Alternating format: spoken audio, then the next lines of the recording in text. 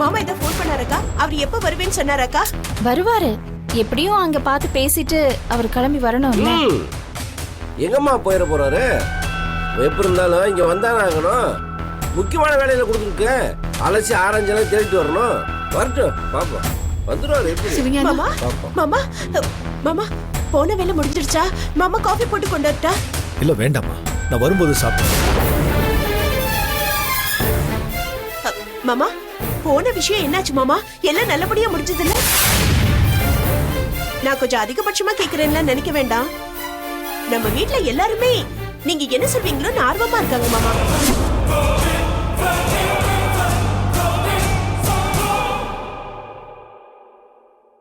சிவஞானம், அவங்கள பாத்தியாடா? பேசனியா? அவங்க என்ன சொன்னாங்க? பேசினேமா, நேர்லயே அவங்க கிட்ட பேசிட்டேன். ஒண்ணுமே பிரச்சனை இல்லம்மா.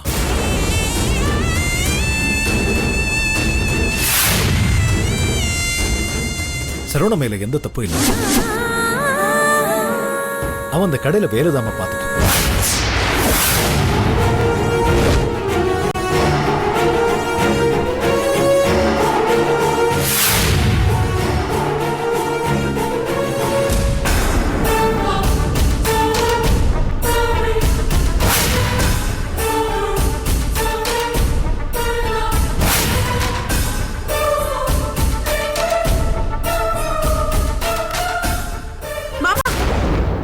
நீங்க ஒண்ணுக்கு 2 தடவை எல்லாம் செக் பண்ணி பாத்தீங்களா? ஏங்க என்னங்க நீங்க நம்ம நேர்ல பார்த்த மாதிரி சொல்லிட்டு இருக்கீங்க? எவ்வளவு கஷ்டப்பட்டு ஒரு விஷயத்த சேகரிச்சு சொல்லிட்டு இருக்க. நீங்க உப்பு சாப்பாடுல முடிச்சு விட்டீங்க. அந்த கடைய சுந்தரேச உங்க தம்பி சரவணனுக்கு வித்துட்டாருன்னு சொல்லிட்டு இருக்க. நீங்க நம்ம வேலை செஞ்சுட்டு இருக்கான்னு சொல்லிட்டு இருக்கீங்க. என்னங்க, நான் நேர்ல போய் பார்த்து அவர்கிட்ட பேசிட்டேன். கிட்டத்தட்ட ஒரு 7-8 வருஷம் கழிச்சுதான் அவர் பார்க்கிறேன். ஆனாலும் எனக்கு அவர் ரொம்ப நல்ல பழக்கம். நடுவுல கொஞ்சம் கான்ட்ராக்ட் இல்லாம போயிடுச்சு. ரொம்ப நல்ல மனுஷமா, அந்த காலத்து ஆள் மாதிரி. என்ன எனக்கு தான் கொஞ்சம் தர்ம சங்கடமா போச்சு. ஏன்னா சண்முகம் வேற ஏற்கனவே போன்ல கேட்டான் போட்டுருக்கு. அதனால பாவம் கொஞ்சம் டென்ஷன் ஆயிட்டாரு. ஏன்னா நம்ம போன்ல சொன்னதை நம்பாம நேர்ல போய் கேட்டோன்னு தப்பா நினைச்சிட்டு பாருங்க. என்னடா பண்றது சிவஞானம்?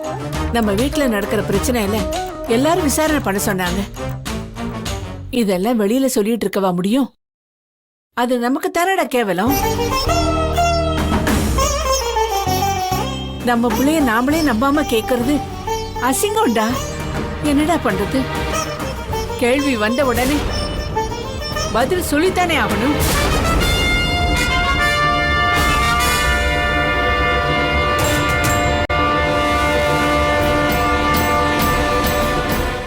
அம்மா, நீங்க ஏமா கலங்குறீங்க? அதான் அண்ணன் எந்த பிரச்சனையும் இல்லைன்னு சொல்லிட்டார்ல. அப்புறம் என்ன, அன்னைக்கே என்கிட்ட தெளிவா எல்லாத்தையும் போன்ல சொல்லிட்டாரு. போய் கேட்டிருக்கவே வேணாம். என்ன பண்றது, சில பேருக்கு நிரூபிக்க வேண்டிய கட்டாயத்தில் இருக்கும்.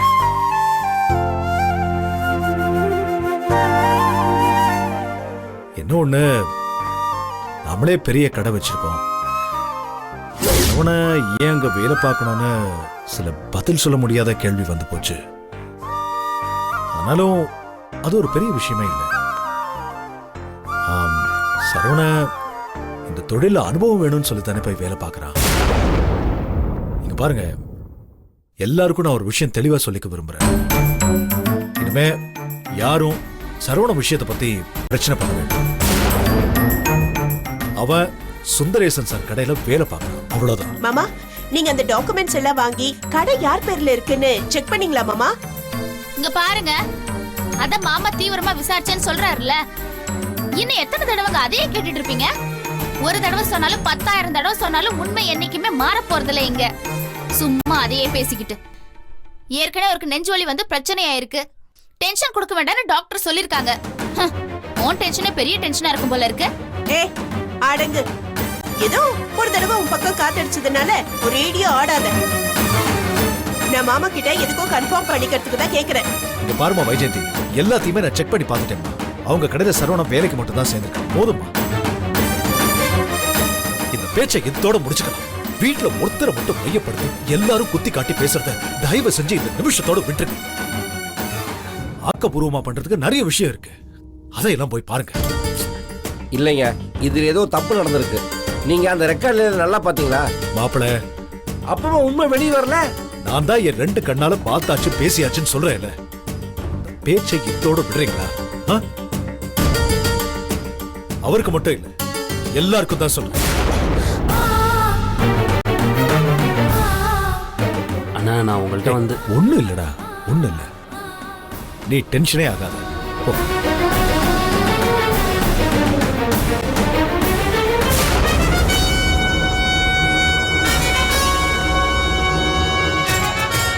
மாமா, உங்களையெல்லாம் மனுஷன் நம்பி உங்க பேச்ச பேசுறேன் பாத்தீங்களா, என் புத்திய சிறுபால அடிக்கணும். டேய், நான் சொல்றேன் நல்லா கேளுடா. நான் கரெக்டா தான்டா சொன்னேன். இவரு இந்த விஷயத்த நல்லா விசாரிச்சா எல்லாத்தையும் சொன்னேன். ஆனா எங்க மிஸ் ஆச்சு, எப்படி மிஸ் ஆச்சுன்னு தானே தெரியல. முதல்ல உங்களுக்கு இந்த விஷயத்தை யார் சொன்னது? இது எனக்கு நெருங்கிய வட்டத்துல தான் சொன்னாங்க. நானும் சுந்தரேசன் கடையில் வேலை செய்யற பையனும் சரக்கு அடிக்கிறப்போ ஒன்னா உட்காந்து பேசுனடா. அவன் கன்ஃபார்மா சொன்னானே, டாக்குமெண்டரா பார்த்துட்டேன்னு சொன்னானே. ஆனா உங்க அண்ணன் சிவஞானம் சொல்றதாண்டா எனக்கு ரொம்ப ஆச்சரியமா இருக்கு. மாமா, கண்ட குடிகாரன் பேச்ச கேட்டு நீங்க உளர்னதை நம்பி நான் வீட்டுல வந்து பேசுறேன் பாருங்க. எனக்கு இதுவும் வேணும், இன்னமும் வேணும்.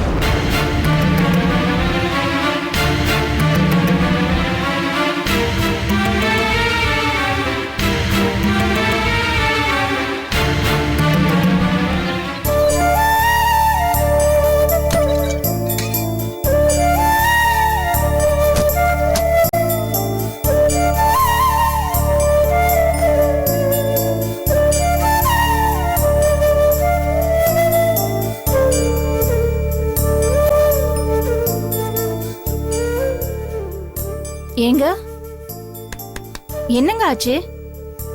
ஏன் ஒரு மாதிரியா இருக்கீங்க? இல்ல மீனாட்சி, எனக்கு மனசுக்கு ரொம்ப கஷ்டமா இருக்கு. ஏன்? சுந்தரேசன் ஏதாவது சொன்னாரா?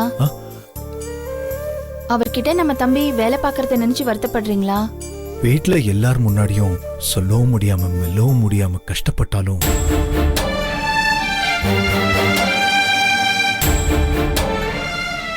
முகத்தை பார்க்கும்போது என்னால எதையும் மறைக்க முடியல.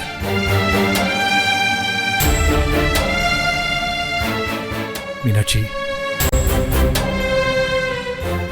சரவண அந்த கடையை வாங்கி தனியா தொழில் பண்ணிட்டு இருக்கான்.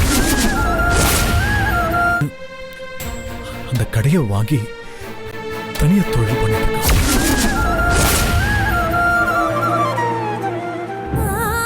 என்னங்க சொல்றீங்க? நீங்க சொல்றது உண்மையா? ஆமா மீனாட்சி, அந்த ஏஎஸ் சில்க்ஸ் கடைய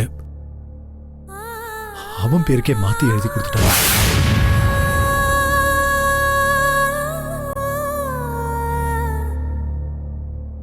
அப்போ நம்ம சாந்தி புருஷன் வைரவன் வைஜெயந்தி பேசினதெல்லாம் உண்மையா? ஆமா. ஆனா அவங்க முன்னாடிலாம் இந்த விஷயத்த சொன்னா இன்னும் இந்த பிரச்சனையை பெருசாக்கிடுவாங்க. எனக்கு என்னவோ நம்ம குடும்பமாவே இல்லை. இப்பதான் அம்மா திரும்ப வீட்டுக்கு வந்திருக்காங்க. இந்த விஷயம் மட்டும் அவங்களுக்கு தெரிஞ்சா அவங்க நிரந்தரமா வீட்டு விட்டு போயிடுவாங்க. டாக்டர் அதிர்ச்சியான விஷயம் எதுவும் என்கிட்ட சொல்லக்கூடாதுன்னு சொல்லிருக்காங்க.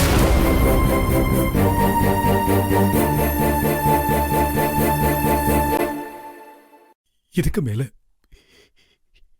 என்ன அதிர்ச்சி என்ன தாக்க முடியும்? ஏங்க அந்த மாதிரிலாம் பேசுறீங்க? எப்படிங்க சரவணனுக்கு இந்த மாதிரிலாம் பண்ண தோணுச்சு? அவனுக்கு தோணுனது கூட எனக்கு சங்கடமா இல்ல மீனாட்சி. ஆனா நம்ம கிட்ட சொல்லாம அது பண்ண வேண்டிய அவசியம் என்ன? ரொம்ப ரொம்ப கஷ்டமா இருக்கு. ஏங்க, நமக்கு இத்தனை வருஷம் கல்யாணம் ஆனதுல இருந்து தம்பிங்களுக்கு நல்ல வாழ்க்கை அமையணும், அவங்களோட எதிர்காலம் நல்லா இருக்கணும்னு நம்ம எவ்வளவு கஷ்டப்பட்டோம். ஆனா இவங்க இந்த மாதிரி பண்றத பாக்கும்போது எனக்கு மனசு விட்டு போகுதுங்க. எனக்கு ரொம்ப சங்கடமா இருக்கு மீனாட்சி. நம்ம அவனுக்கு ஏதாவது குறை வச்சுட்டோமோன்னு தோணுச்சு.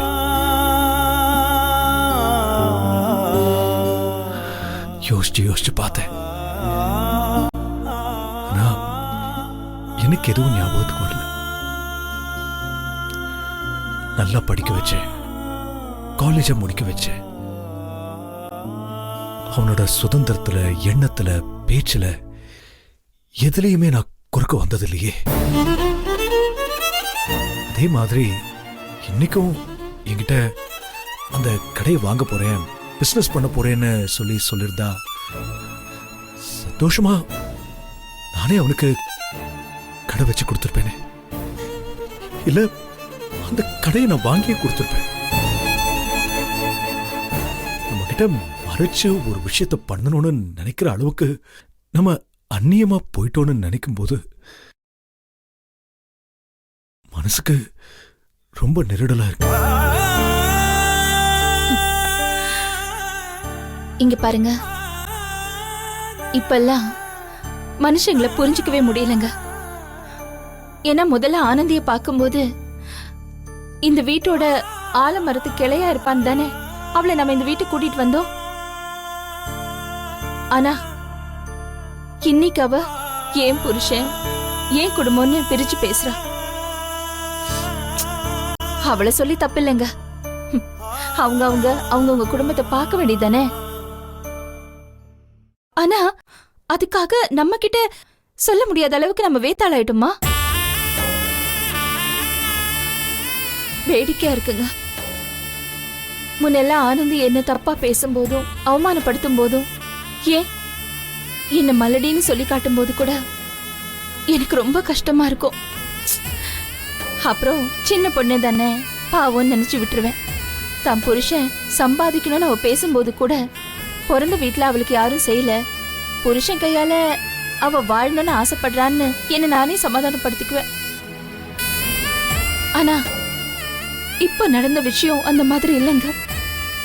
யார் மேலயோ பழி போட்டோ இல்ல வீட்டுக்கு வந்த மருமக மேல குத்தம் சொல்லியோ எனக்கு பழக்கம் இல்லைங்க. ஆனா ஒவ்வொரு சம்பவத்தையும் பார்க்கும்போது மனசுக்கு ரொம்ப கஷ்டமா இருக்கு. இல்லங்க, அவ்வளவு வசதியான அந்த வைஜெயந்தி கூட சண்டை போடுவா.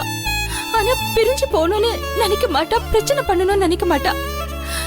ஏன்னா அவளுக்கு அந்த எண்ணம் கிடையாது. ஆனா இப்ப ஆனந்திய மட்டும் பார்க்கும்போது ரொம்ப வேதனையா இருக்கு. மனசு குத்தி கிழிக்குதுங்க. ஏன்னா நான் அவ மேல நிறைய நம்பிக்கை வச்சிருந்தேன். அது எல்லாமே இப்ப சுக்கு நூறா உடைஞ்சு போயிடுச்சு. இந்த வீட்டுல எல்லாரையுமே ஒரே மாதிரி நடத்திதாங்க நம்ம பழகிருக்கோம். ஏங்க அவளுக்கு மட்டும் இந்த மாதிரிலாம் தோணுது? யோசிச்சு பார்த்தா நாம தான் மனுஷங்களை சரியா எடை போடலையோன்னு எனக்கு தோணுது. விடு மீனாட்சி, என்ன பண்றது? குடும்பம் இப்படியே இருக்கணும்னு தான் முதல்ல தோணும். ஆனா நடக்கிறதெல்லாம் பார்க்கும்போது ஐயோ, குடும்பம் இப்படியே இருந்துடக்கூடாதுன்னு பயமா இருக்கு. ஆனா ஒரு விஷயம் மீனாட்சி, இத பத்தி நீ எப்போ வீட்டுல பேசினாலும் அது உடைஞ்சு போன விஷயத்த இன்னும் பெருசாக்கி மொத்தமா முறிஞ்சிருமோன்னு தோணும். ஆனா ஒரு ஒரு தடவை விரிசல் விழுந்துருச்சுன்னு வைய மீனாட்சி, அந்த விரிசல் மட்டும் எப்பவும் இருந்துகிட்டே இருக்கும். அப்புறம் யார் வேணும்னாலும் அந்த விரிசலை பெருசு பண்ணிடலாம். அதுக்காக தான் நான் அங்க ஒண்ணுமே பேசாம அமைதியா வந்தேன்.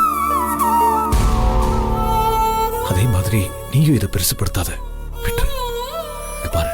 உன் ஆசைகள், ஏன் ஆசைகள், இங்க இருக்கிற எல்லாரோட ஆசைகள் எல்லாம் உமா கல்யாணம் நல்லபடியா நடக்கணும்னு தானே. சொல்ல போனா மறுபடியும் அம்மா இந்த வீட்டுக்கு வந்ததே அந்த நினைப்பு அவங்க மனசுல இருக்கிறதுனால தான். அதனால நமக்குள்ள இருக்கிற பிளவு, பிரிவினை, இது எதுவுமே வெளியே தெரிய வேண்டாம். அவ கல்யாணம் முடியட்டும். அதுக்கப்புறம் எல்லாருக்கும் என்ன பண்ணணுமோ அதை நம்ம செஞ்சிடலாம். சரிங்க, இந்த வீட்ல ஆனந்திக்கு அவ புருஷன் முக்கியம், வைஜெயந்திக்கு அவ புருஷன் முக்கியம். எல்லாருக்கும் அவங்கவுங்களுக்கு அவங்கவுங்க குடும்பம் எப்படி முக்கியமோ அதே மாதிரி நீங்க எனக்கு முக்கியம். இந்த விஷயத்துல நான் எப்பவுமே சுயநலவாதி தான்.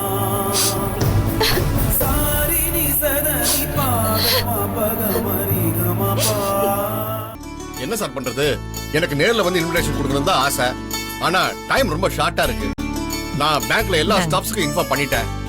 உங்க ஞாபகம் வந்தது, அதான் உடனே கால் பண்ணிட்டேன்.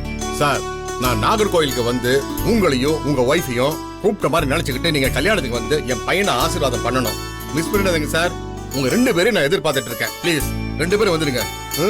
இன்னைக்கு நான் உங்களுக்கு கொரியர் பண்றேன் சார் இன்விடேஷனை. Okay sir. Thank you sir. Thank you thank you thank you. வாங்க சம்பந்திமா, வாங்க வாங்க. வாமா உமா. வாங்கம்மா சம்பந்திமா, வாங்க வாங்க வாங்க. உட்காருங்க வாங்க. உட்காருங்க. உமா வா, வந்து உட்காரு. இல்லங்க, பரவாயில்ல உட்காருமா. இல்ல அங்கிள், இருக்கட்டும் அங்கிள். சரி சரி. அப்புறம் கல்யாண வேலை தான் பாத்துட்டு இருக்கேன். எல்லாருக்கும் நேர்ல போய் இன்விடேஷன் கொடுக்க முடியாது இல்ல, அதான் லிஸ்ட் போட்டு ஒருத்தருக்கா கொரியர் அனுப்பிச்சிட்டு இருக்கேன். யாரும் விட்டு போயிட கூடாது. ஒருத்தருக்கு கொடுத்து ஒருத்தர் கொடுக்கலன்னு ஆயிடக்கூடாது இல்ல, அதான். ஆமாங்க, இது பெரிய வேலைதான். நம்ம உறவுக்காரங்க, அறிஞ்சவங்க, சொந்த பந்தம் எல்லாரையும் ஒன்னா பார்க்கும்போது மனசு ரொம்ப இலகுவாயிடும். அப்ப இந்த வேலை செய்யப்பட்ட கஷ்டம் எல்லாம் மறந்து போயிடும். ஐயோ, வந்த சந்தோஷத்துல நான் மறந்தே போயிட்டேன். என்ன சாப்பிடுறீங்க? Coffee, tea? அதெல்லாம் ஒண்ணும் வேண்டாங்க, பரவாயில்ல இருக்கட்டும். உமா, நீ ஜூஸானு குடியம்மா. வேண்டாம் ஆண்டி, இப்பதான் சாப்பிட்டுட்டு வரேன். வீட்டுல ஒரு விசேஷம் வச்சிருக்கோம். உமாவோட அப்பாவுக்கு பூஜை போட்டு படையல் போடுறோம். அதான் அழைச்சிட்டு போகலான்னு வந்தேன். படையல் பூஜை எல்லாமே நல்ல விஷயம்தான். பெரியவங்க ஆசீர்வாதம் இருந்தா தான் பிள்ளைங்க நல்லா இருக்க முடியும். அதோட இந்த ஃபங்க்ஷனுக்கு நாங்க வர்றது எவ்வளவு தூரம் முறையா இருக்குன்னு எனக்கு தெரியல. கல்யாணத்துக்கு முன்னாடி வரதை நினைச்சாதான் கொஞ்சம் யோசனையா இருக்கு. அதோட வரணும்னு நினைச்சாலும் கல்யாண வேலை தலைக்கு மேல இருக்கு. அடரே, நீங்களும் வந்தா அதை விட எனக்கு சந்தோஷம் வேற ஒண்ணும் இல்லைங்க. ஆனா நீங்க சொல்றது மாதிரி கல்யாணத்துக்கு முன்னாடி நீங்க வர்றது முறையா இருக்குமான்னு மட்டும் பாத்துக்காங்க.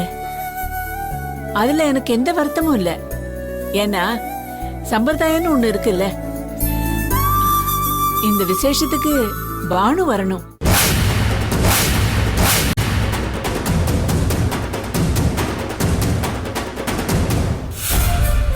ஏன்னா அவ அந்த வீட்டு பொண்ணு, திரும்ப வந்து எங்க வீட்டுல வாழ போறவ. இதுல கலந்துக்கணும்னு எல்லாருக்கும் ஆசையா இருக்கு. சொல்ல போனா வீட்டுல எல்லாரும் மரமான குத்து விளக்கு எல்லாம் எடுத்து பூஜைக்கு ஏற்பாடு பண்ணிட்டு இருக்காங்க. நான் தான் பானு அழைச்சுக்கிட்டு கையோட வரேன்னு சொல்லிட்டு இங்க வந்துட்டேன். அவ இருந்தா தானே சரியா இருக்கும். இனிமேலாவது நல்லது நடக்கணுங்க. அது பானு ஆபீஸ் போயிருக்கா, வரத்துக்கு லேட் ஆகும்ட்டு போனாலே. என்ன சொல்ற? அவ ஆபீஸ்ல வந்துட்டால, இன்னைக்கு ஹாஃப் டே தானே சொன்னா. ஐயா, அதையும் கேக்குறீங்க? ஆபீஸ்ல இருந்து வந்து ஒரு கை கால் முகம் கூட கழுவல, அதுக்குள்ள ஒரு கடைக்காரன் போன் பண்ணி வேலை இருக்குன்னு சொல்லிட்டாங்க. உடனே கிளம்பி போயிருச்சு. பாவம்.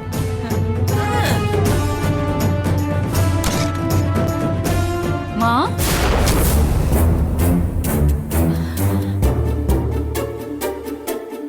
வாங்கம்மா. எப்ப வந்தீங்க? எப்படி இருக்கீங்க?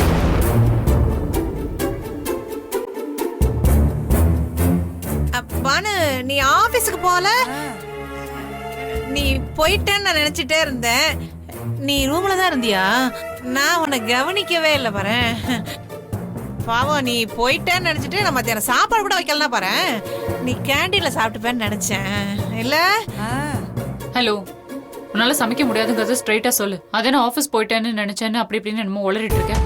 இல்ல பானுகண்ணு, நீ வெளியில காருக்கு கவர் போட போனீல, நீ அப்படியே ஆபீஸ்க்கு போயிட்டேன்னு அம்மா கிட்டையும் சொன்னேன் சொன்னேன்.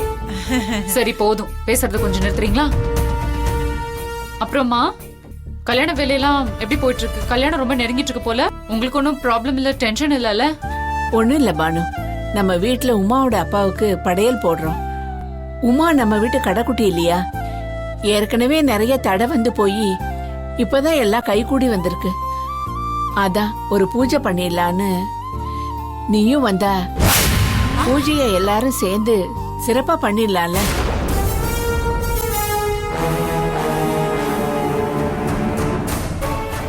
ஐயோ இல்லம்மா, படையல் பூஜைக்கெல்லாம் நான் எதுக்கு?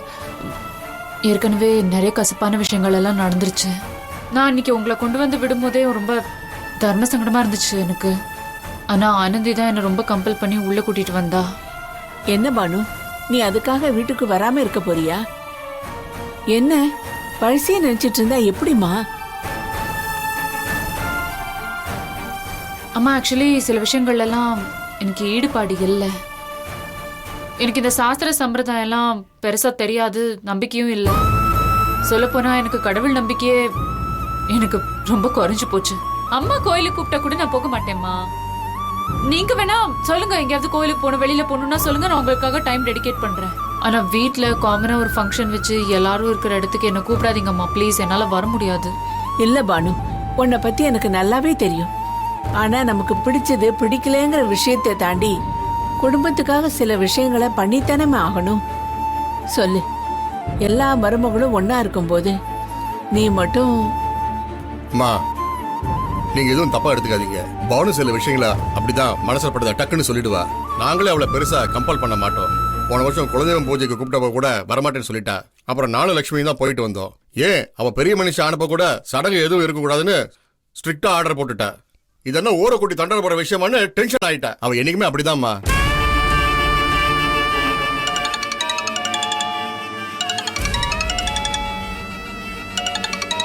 என்னாச்சு பானு? யார் போன்ல? ஆஷிகா தான். ஆக்சுவலி ஒரு கிளைன் கால் ஒன்று இருக்கு, நான் போய் தான் எடுக்கணும். அதான் கால் பண்ணிட்டு இருக்கா.